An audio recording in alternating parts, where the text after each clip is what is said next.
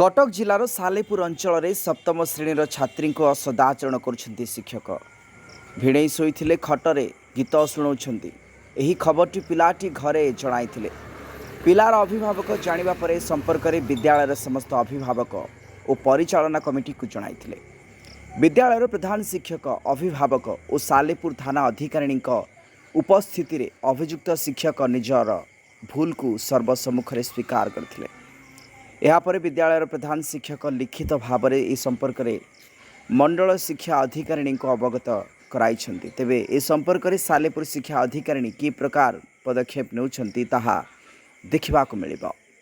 आम जो जानले कथा आम देचु हेडमास्टर को हेडमास्टर भी बंद कर आसपा बंद बंद कर देचु सी कौन आमको डकाउं के डकले आम बीओ को जनइबू जिते आम तो देलु संभार ना लगी विचार आम बीओ पीसी जीवु कमिटी डाकू कमिटी डाक बीओ को जनइबू बीओ कहीं किए करता समाधान कले समय देचे तेणु आम एत अस्तव्यस्त हवा किसी ना सेमती किसी मानने पलि जीवन आमको सी कल गोटे किसी पारे तेणु आम गल समय देचु संभार डाका हम डकई बसैबू बसई जब किसी समाधान न कराला आम पिला तो बसैबू पिला बसले सब दंड जी कोई दोष अच्छी मैंने लिखिक आम देर कौन किसी ना तेणु तार निश्चित से दंड पाइबे तादेह किसी व्यस्त अस्तबार आम किसी भी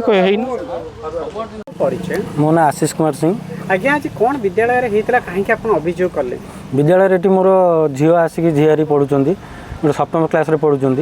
गोटे सार आमर ना हूँ रंजन कुमार बेहेरा से शिक्षक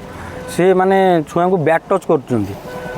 आम झील कहला अलग दु तीन पेरेन्ट्स आम पाक फोन कले से आम सार को आसिक काली राति सार को जनईलु ये घटना काली घटी ये जिनस काली आम जाना पाइलु आम पिला जी से आमको काली कही जो दु चार जन आउरी एठिकार पेरेन्ट्स को भी जाकि काली से सार कहते माने जो ये हो माइक लगे कहते तुम्हें माने कौन स्वामी शोची खटरे भेणे शोची खटरे से गीत करके नचाऊँ आउ केमिति पिला जन्म हुए गोटे सप्तम श्रेणी पिला पढ़ा केमिति पिला जन्म हुए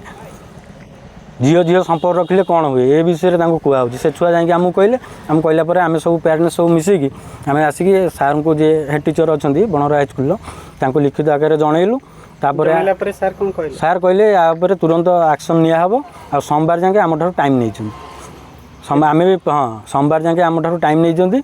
आड़ू से थाना को डकईकी थाना सार भी आसते मैडम भी आसते से सब लेखि लाखिक नहीं गले।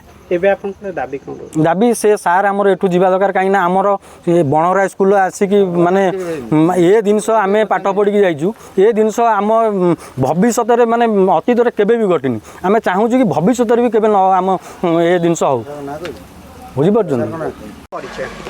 मो ना हूँ फकीर चरण साहू घर बनहरा। सर कौन कहे आज आप विद्यालय को लेकिन एक अभियोग आसी जो अभियोग को लेकर देखी रिसेंटली पुलिस गाड़ी आसला कौन घटना थिला? से गोटे सप्तम श्रेणीर झीटी की कौन तम व्यवहार खराब करते सार निरंजन सार तेणु से पुलिस भाई आस पहुँचला सांबादिक भाई मैंने समस्त आसते आसिक विषय डिस्कस करके कौन कहे सर सरकार ए लक्षाधिक टଙ୍କା खर्च करुँच विद्यालय उन्नति करने शिक्षार उन्नति करने किंतु ए विद्यालय शिक्षक ना अभियोग आम घोर निंदा कर घोर निंदा कर स्कूल जो मास्टर मैंने व्यवहार कर घोर निंदा कर ट्रांसफर करने भी आम एकदम कहीचु हेडमास्टर को कहीचु तेणु से बीओ को भी लिखिकी दि जाइए तेणु ट्रांसफर बीओ तरफ कौन आपको आश्वासन मिलता?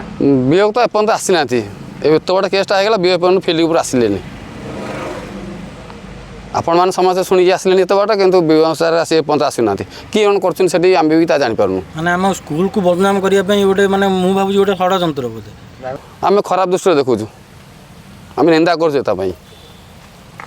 जदि आगे आम निंदा करूँ जेहेतु आम बनरा स्कूल आज की 1979 मसीह स्कूल स्थापन होती एपर्तंत कलंक लगी ना स्कूल भितर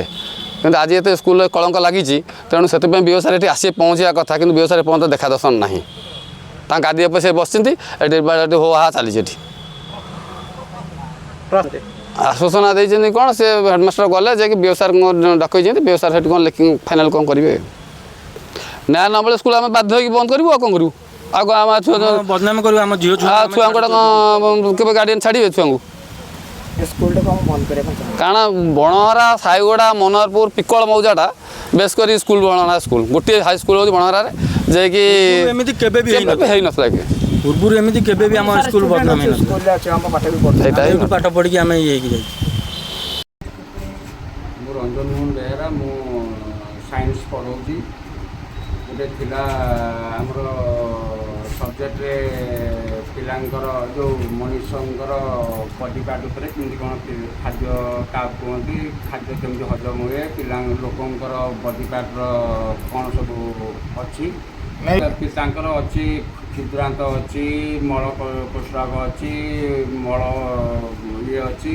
ତେଣୁ ସେଇ ପାଠ ପଢ଼େଇଲା ବେଳକୁ ମୁଁ ତାଙ୍କୁ ଟିକେ ଅଧିକା ଆଡ଼କୁ ପଳେଇଗଲି, ମାନେ ସବଜେକ୍ଟ ବିଷୟରେ ଯେଉଁଟାକି ହାଇଅର କ୍ଲାସ୍ରେ ପଢ଼ା ହୁଏ। ତେଣୁ ସେଇଟା ବି ମୋର କହିବାଟା ବି ଭୁଲ। ସେଇଟା ତ ମୁଁ କହିନି ସେ ପିଲା କେମିତି ଜନ୍ମ କହିନି। ତେଣୁ ମୁଁ ଖାଲି ବଡି ପାର୍ଟ ଉପରେ ଆପଣମାନେ ପିଲାମାନଙ୍କୁ କହିଦେଲି। ତେଣୁ ଯେଉଁଟାକି ହାଇଅର କ୍ଲାସ୍ରେ ମୁଁ ତାଙ୍କୁ କହିଛି ଯେ +2 ପଢ଼ିଲେ, ସାଇନ୍ସ ପଢ଼ିଲେ, ଆମର ଫିଜିକ୍ସ ବାୟୋଲୋଜି ଅଛି, ଜୁଲୋଜି ଅଛି, ତା ଦେହରେ ତୁମମାନେ ସବୁ ଏହା କରୁଛି। ମୁଁ ପାଠ ପଢ଼େଇଲା ବେଳେ ଟିକେ ଅଧିକା ପିଲାଙ୍କୁ କହିଦେଇଛି, ସେଇଟା ହେଉଛି ମୋର ଭୁଲ। ସାଲେପୁରରୁ ମହେଶ୍ୱର ବେହେରାଙ୍କ ରିପୋର୍ଟ, ଦୁତି ଚାନ୍ଦ ଟିଭି।